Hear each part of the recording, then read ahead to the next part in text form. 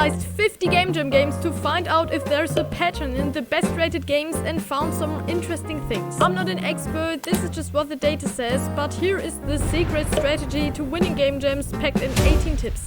Let's go. If you don't know what genre to pick, make a puzzle platformer. In my research I found out that these are really popular, probably because people like to play games which have unique new mechanics and aren't hard to understand. Of course, you can also make a normal puzzle game. These are also rated pretty well, but still, only when they're unique. And the third most popular genre are casual games. So games that could be high score games or mobile games and are easy to understand just by watching 10 seconds of gameplay. Like for example Helix Jump. This works because, again, people don't like thinking about what the game's concept is too much. They want to immediately understand the game and play it. But what you definitely shouldn't make is a top-down shooter or something similar to a top-down shooter, unless you have an extremely unique idea for that. But usually they're all kind of unoriginal and not rated very well. If you still don't have any ideas for a game, programmers love programming. So games where you also use that kind of thinking, like in factory building games, are most of the time pretty popular. Add a story to your game, as well as a bit of dialogue to keep the player curious. And which story or theme should your game have? Cute games with animals are of course always good, as well as more futuristic, abstract themes with robots, like in this game or this game. And believe me, there are a lot of game jam games with this theme. If you have a more casual game though, try to pick a more unique theme, maybe something from real life, like in Hellfire. But no matter what kind of game you're making, emotional stories with a deeper meaning are also really popular, so try to think about that. By the way, which game jam will you participate in next? Let me know in the comments. The probably most popular art style is pixel art. There are many different kinds of pixel art styles, like this one,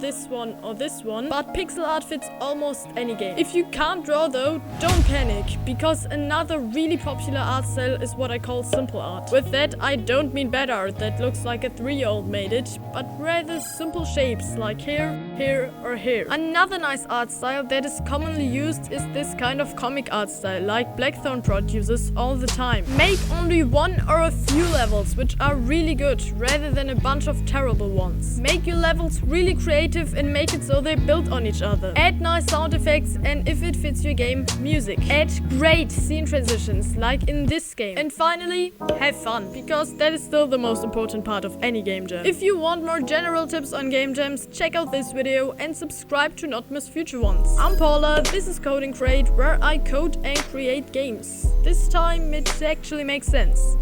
Good luck.